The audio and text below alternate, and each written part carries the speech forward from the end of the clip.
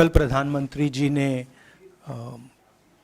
Parliament में 2 घंटे, शायद 2 घंटे 13 मिनट, 2 घंटे 13 मिनट भाषण किया।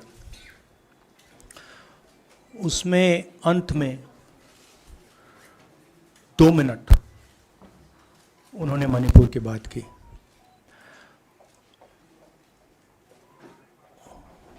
मणिपुर में महीनों से आग लगी हुई है,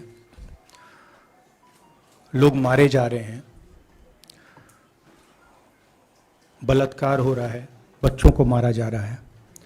और अगर आपने देखा होगा कल, तो प्रधानमंत्री हंस हंस के बोल रहे थे, मुस्कुरा रहे थे, जोक्स क्रैक कर रहे थे, हंस रहे थे। ये उनको शोभा नहीं देता है। हिंदुस्तान का प्रधानमंत्री, अगर इस देश में हिंसा हो रही है, दर्द हो रहा है, हिंदुस्तान के प्रधानमंत्री को 2 घंटे मजाक नहीं उड़ाना चाहिए। विषय कांग्रेस नहीं था, विषय मैं नहीं था, विषय मणिपुर है। मणिपुर में क्या हो रहा है और उसको एकदम क्यों नहीं रोका जा रहा है, ये विषय है। मैं आपको अपना एक्सपीरियंस देता हूं, जो मैंने शायद अभी तक बोला नहीं, शायद पहले बोल देना था। मैं अब तकरीबन 19 साल से राजनीति में हूं और मैं हर स्टेट में गया हूं। बाढ़ आए, तूफान आए, सुनामी आई थी, हिंसा होती है, हम जाते हैं। 19 साल के एक्सपीरियंस में जो मैंने मणिपुर में देखा और सुना, वो मैंने कभी पहले नहीं सुना था।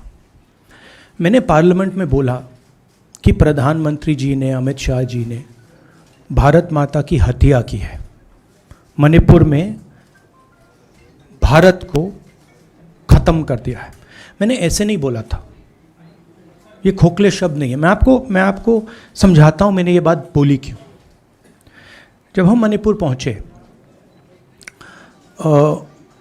हम लैंड किए, हमें मणिपुर में दौरा करना था। जब हम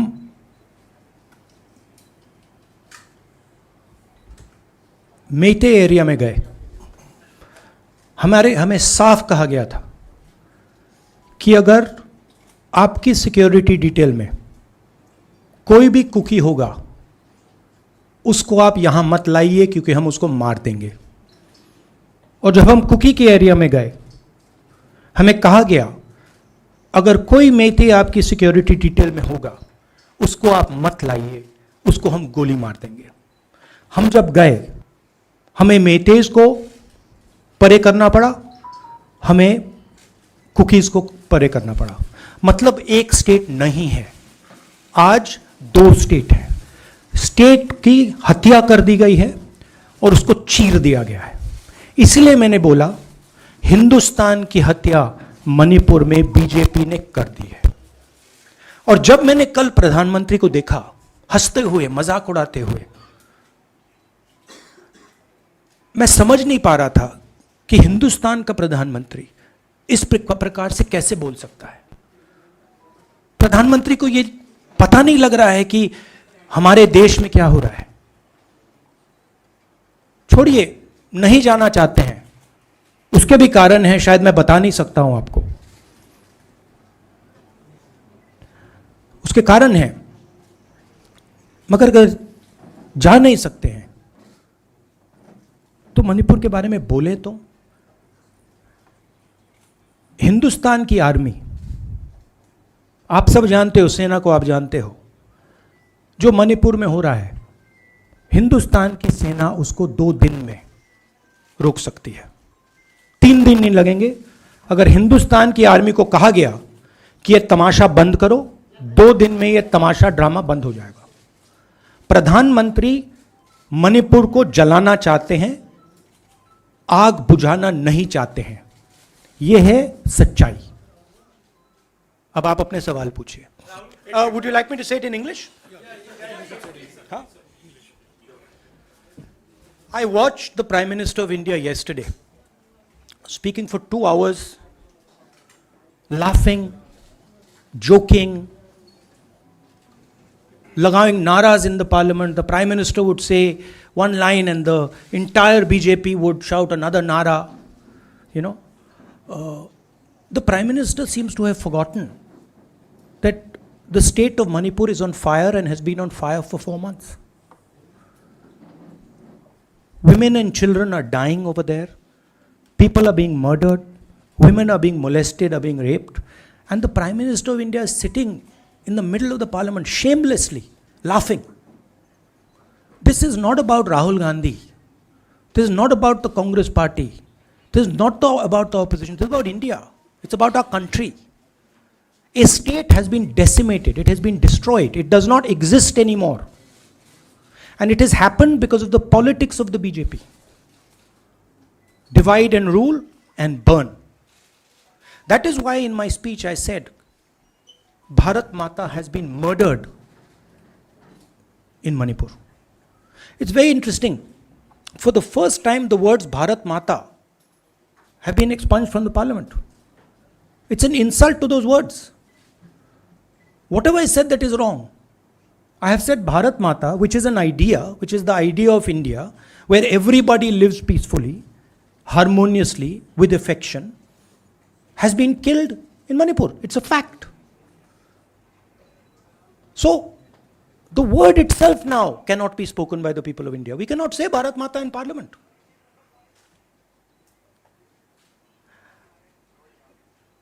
I want to tell you about my own personal experience of Manipur.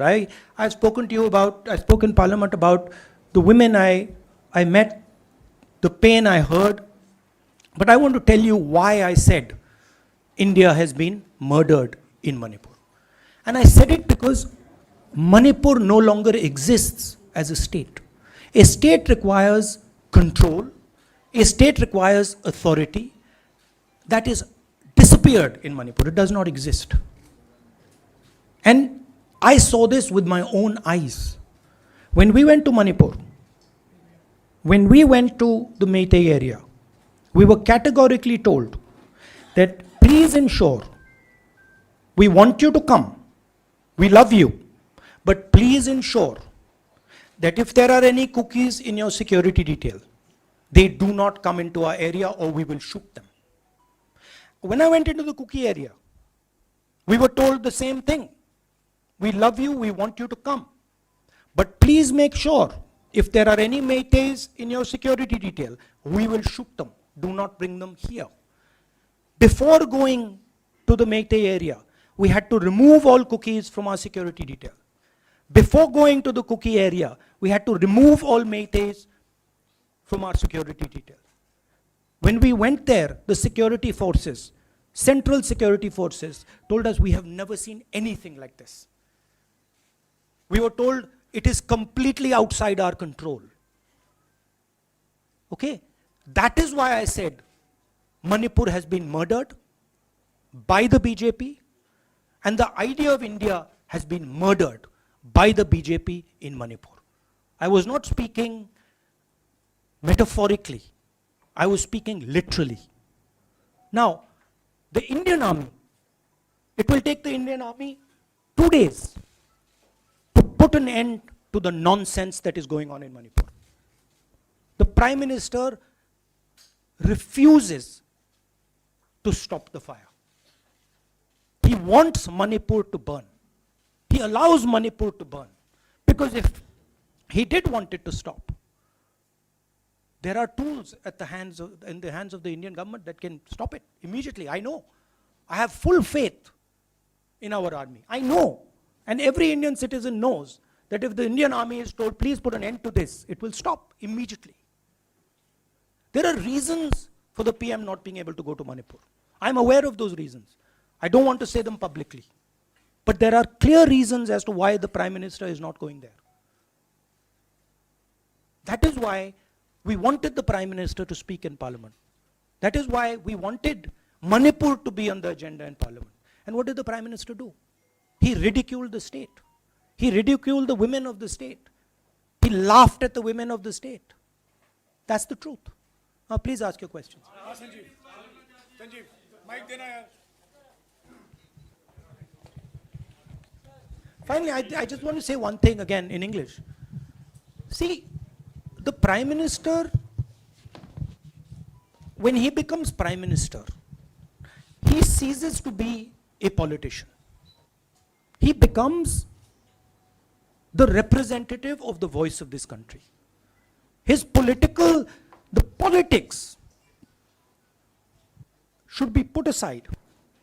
And the Prime Minister should speak not as a petty politician, as the leader of a political party, but the Prime Minister should speak with the weight of the Indian people behind him. And it's tragic to watch Mr. Narendra Modi. It's sad, because the Prime Minister does not understand what he actually is. He is our representative. He's my representative. He's all our representative. And watching the Prime Minister spend 2 hours talking about the Congress, talking about the opposition, making ridiculous remarks about the name, this really does not do justice to an Indian Prime Minister. I've seen Prime Ministers from the Congress party, I've seen Prime Ministers from the BJP, I've seen Mr. Vajpayee, I've seen Mr. Dev Gowda. None of them have ever done this. There's a complete misunderstanding in the mind of Narendra Modi ji about what the Prime Minister of India is. Rahul ji, you wanted the Prime Minister to speak in Parliament, and now that he's spoken, and you've said that he wants Manipur to continue to burn. So what is the Congress Party's next step to retrieve Manipur and save it? The only conclusion I can draw, because the Prime Minister has tools in his hand that can stamp out the fire in Manipur certainly within 3 or 4 days. But for some reason, he's refusing to use those tools. Right? The Prime Minister could at least go to Manipur, talk to the communities, and say, I'm your Prime Minister. Let's start talking. It will be taken seriously. So I don't see any intention. Rahul ji कल ये भी प्रधानमंत्री ने अपने भाषण में कहा कि 2018 में ये लेके आए थे, 2023 में विश्वास प्रस्ताव लेके आए और 2023 में भी लाएंगे। तो एक तरीके से उन्होंने साफ तौर पर ये कह दिया कि मैं तो हमारी सरकार अगली बार भी बन रही है। एक पॉलिटिकल बात भी उन्होंने कही। तो आप उनके पूरे भाषण को आप ये कह रहे हैं कि वो पॉलिटिकल भाषण ज़्यादा था, मणिपुर पे बात बहुत कम थी, तो इसको कैसे देखते हैं? नहीं, भाषण हिंदुस्तान के बारे में नहीं था, भाषण नरेंद्र मोदी जी के बारे में था। वो अपनी राय, अपनी राजनीति, अपने एम्बिशंस वो आपको दे रहे थे। सवाल ये नहीं है कि नरेंद्र मोदी जी 24 में प्रधानमंत्री बनेंगे या नहीं। सवाल ये है कि मणिपुर जल रहा है, महिलाओं का बलात्कार हो रहा है, लोग मारे जा रहे हैं। सवाल ये है, अगर ये प्रधानमंत्री कहना चाहते हैं तो ये पब्लिक मीटिंग में कहें। मजाक बनाना चाहते हैं तो जब मणिपुर नहीं चल रहा है तो करें। बट प्रधानमंत्री को ये समझ आनी चाहिए, बात समझ आनी चाहिए कि पार्लियामेंट में जो चर्चा हो रही थी वो उनके बारे में नहीं थी, वो मणिपुर के बारे में थी। सर नमस्कार। कल प्रधानमंत्री ने बार बार कांग्रेस का नाम लिया और ये आरोप लगाया कि नॉर्थ ईस्ट और मणिपुर की सारी समस्याओं में कांग्रेस जिम्मेदार है। आप क्या जवाब देंगे? नहीं, अभी मैंने बोला ना, वही तो जवाब है। मुझे प्रधानमंत्री को जवाब देने की जरूरत नहीं है। मैं सिर्फ ये कह रहा हूं कि एक स्टेट की हत्या की गई है, भारत माता की हत्या कर दी गई है मणिपुर में। भारत माता की हत्या मणिपुर में कर दी गई और प्रधानमंत्री लोकसभा में मजाक उड़ा रहे हैं, हंस रहे हैं, नारे लगवा रहे हैं। मुझे क्या जवाब देने की जरूरत है? राहुल विलास, मेरा सवाल ये एक मिनट मोहित, ऑर्डर से please. Mr. Gandhi, you waxed eloquent. Rahul, कल आपने बोला कि प्रधानमंत्री ने बोला सदन में कि गृह मंत्री अमित शाह ने विस्तार से जवाब दे दिया। अमित शाह साहब ये कहते हैं कि मणिपुर के सीएम को हटाने की जरूरत इसलिए नहीं है क्योंकि उन्होंने हमारी पूरी बात सुनी और वो कभी भी कोई हमने डीजीपी चेंज किया, डीजीपी चेंज कर दिया, उन्होंने जो भी प्रशासनिक व्यवस्था हम चेंज करना चाहते थे, इसलिए मणिपुर सीएम को हटाने की मणिपुर कोई जरूरत सीएम, नहीं। जब मैं मणिपुर गया, मणिपुर सीएम ने जो मणिपुर में हजारों वेपन्स जो लूटे गए, वो मणिपुर सीएम के नीचे ही हुआ। तो क्या अमित शाह चाहते थे कि ये हजारों वेपन्स लूटे जाएं?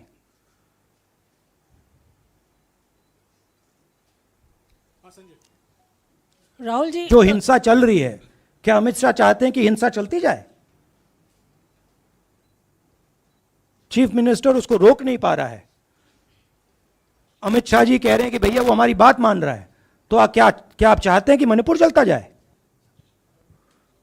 राहुल जी, एक संसद में एक नया ट्रेंड दिखाई दे रहा है कि कई सेशन से अपोजिशन के एमपीज या तो सस्पेंड हो रहे हैं या डिस्क्वालीफाई हो रहे हैं, या एक सेशन से ज़्यादा ये अपोजिशन के एमपीज का जो प्रिविलेज मोशन या प्रिविलेज रूल्स के तहत जो डिस्क्वालिफिकेशन हो रहा है या सस्पेंशन हो रहा है, इसका जो ट्रेंड बढ़ रहा है, इसको आप लोग कैसे एड्रेस करेंगे? आप देखिए, एमपीज को निकालें, वापस डालें, हमारा काम बदलता नहीं है। हमारा लक्ष्य जो मणिपुर में हो रहा है उसको रुकवाने का है। जो भी औजार हमारे हाथों में है, उस हिंसा को रुकवाने के लिए उनका हम प्रयोग कर रहे हैं और करेंगे।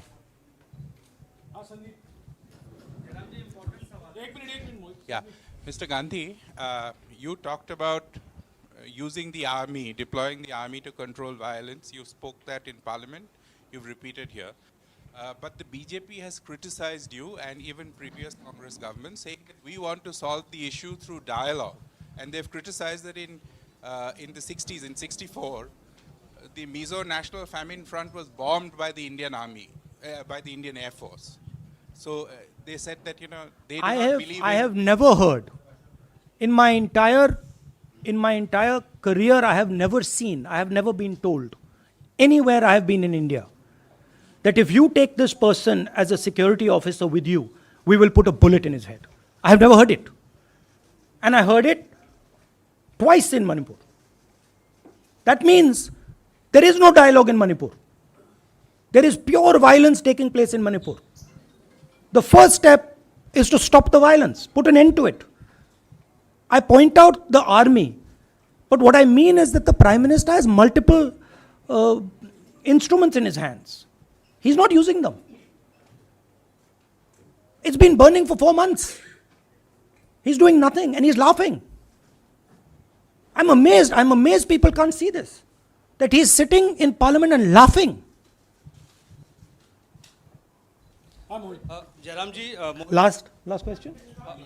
जयराम जी, मोहित दुबे हूँ न्यूज नेशन से। आपने 37 मिनट का भाषण जयराम जी, राहुल जी नहीं मतलब आप मुझसे जयराम कर रहे हैं या उनसे? जयराम कर रहे हैं आपसे।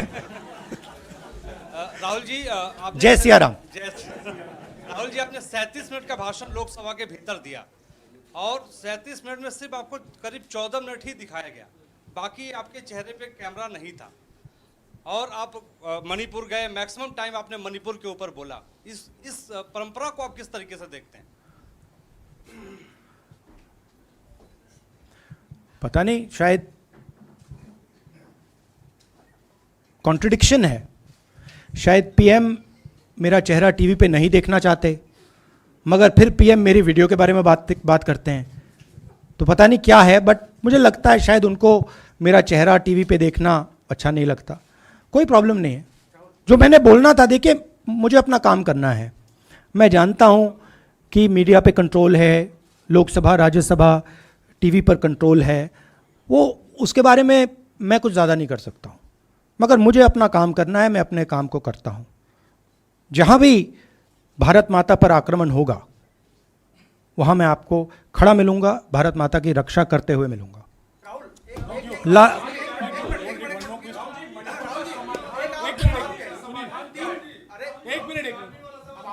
हाँ. Okay, last question, brother. The Supreme Court has already said what it has in terms of a constitutional breakdown, as well as now, you are asking for the army. Do you believe that Article 356 is the only way out? Or I'm not asking for anything. Please don't misunderstand. It is not my place to decide which tool the Prime Minister can use, which instrument he should use. I am pointing out that there are multiple instruments that the Prime Minister has at his disposal, and he is not using a single one. I'm pointing out that Manipur has been burning now for 4 months, and the Prime Minister is in a very good mood. He's sitting in Parliament, he's laughing, he's joking, his entire cabinet is in giggles. This to me seems completely insane. This has got to stop. India is burning in Manipur. The idea of India has been destroyed in Manipur. Let's rebuild it quickly. Thank you.